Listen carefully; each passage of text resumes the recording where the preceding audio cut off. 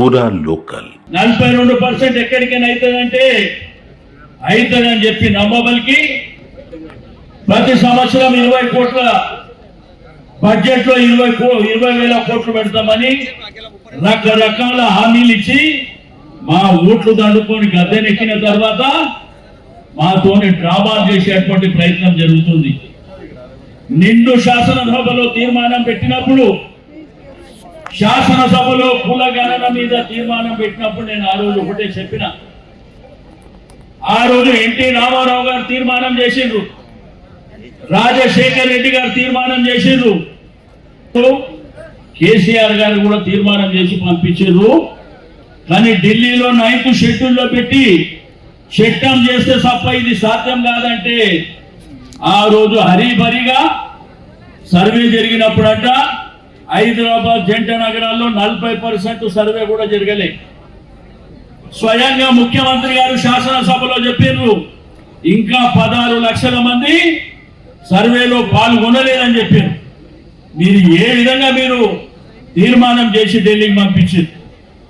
ఒకవైపున ఢిల్లీకి పంపించిన తర్వాత ఆ రోజు కూడా మా పార్టీ పక్షాన యునానిమస్ గా ప్రభుత్వానికి సహకరించినాం.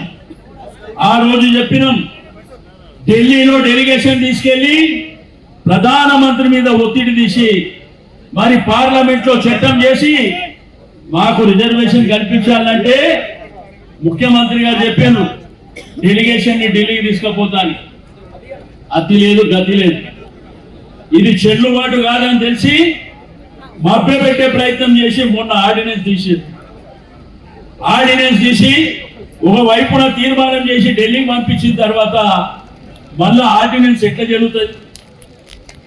ఇది గతంలో తమిళనాడులో మరి తీర్మానం చేసినా కోట్లు కొట్టేసినాయి, మహారాష్ట్రలో చేసినా కొట్టేసినాయి, బీహార్లో చేసినా, ఒడిశాలో చేసినా ప్రతి రాష్ట్రంలో కూడా ఇది చెల్లుబాటు కాదు, దీనికి చట్టబద్ధత ఉండదు, దీనికి 9th షెడ్యూల్లో పెట్టి మరి పార్లమెంట్ లో చట్టం చేస్తే తప్ప మనకు రిజర్వేషన్ రాదు అని స్పష్టంగా కోర్టులు చెప్తున్నాయి. అందుకే జస్టిస్ ఈశ్వరయ్య గారు కొద్ది నిమిషాల్లోనే రాబోతున్నారు.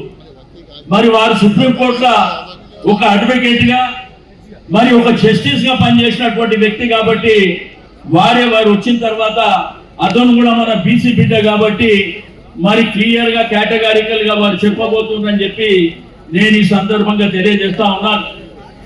మరి మొన్ననే హైకోర్టు లోకల్ బాడీ ఎన్నికలు 3 నెలల లోపల చేయాలి, 100 రోజుల లోపల చేయాలంటే మనం గెలవలేమనేటువంటి పరిస్థితిలో మనం ఉన్నాం కాబట్టి ఇది గోల్మాల్ చేసి ఆర్డినెన్స్ పెట్టి మళ్ళీ ఇప్పుడు కొత్త డ్రామాకు తెరలేపారు. ఆర్డినెన్స్ ద్వారా సాధ్యమవుతుందంటే ఈ దేశంలో అనేకమైనటువంటి రాష్ట్రాల్లో ఎప్పుడో సాధ్యమవుతుండే. మరి వాళ్ళే చెప్తున్నారు, నిన్న కూడా మంత్రులు మాట్లాడారు, ఆ రోజు కూడా మంత్రులు మాట్లాడి ఏం చెప్తున్నారు, మనకంట ఈ రిజర్వేషన్ లేని మరి కేవీ చేస్తారంట, కోర్టుకు ఎవరు పోదని, రెండోది రిజర్వేషన్ల ద్వారానే మనకు 42% వస్తుందని చెప్తూ మళ్ళీ నేను రాజకీయ పార్టీలకు చెప్తున్నా మీరు కూడా పార్టీల పరంగా 42% ఇవ్వాలని. నిన్న అదే మంత్రులు మాట్లాడితే ఏం చెప్తున్నారు, బీజేపీ వాళ్ళు వెళ్ళి 9th షెడ్యూల్లో పెట్టమని చెప్పి వాళ్ళే పెడుతూ, అంటే మీరే క్యాబినెట్ లో నిర్ణయం తీసుకొని ఇది చెల్లదు అని మీకు తెలిసి మళ్ళీ ఈ రోజు వచ్చి డ్రామా చేసేటువంటి ప్రయత్నం జరుగుతుందని చెప్పి నేను ఈ సందర్భంగా తెలియజేస్తా ఉన్నాను. నేను ఒకటే ఈ యొక్క కాంగ్రెస్ ప్రభుత్వానికి హెచ్చరిక చేసేది, మాతో గోక్కున్నోడు కూడా బాగుపడినటువంటి దాఖలాలు లేవు బిడ్డ, జాగ్రత్తగా ఉండండి అని చెప్పి హెచ్చరిక చేస్తా ఉన్నాను. ఇది చిన్న షార్పిల్ మాత్రమే.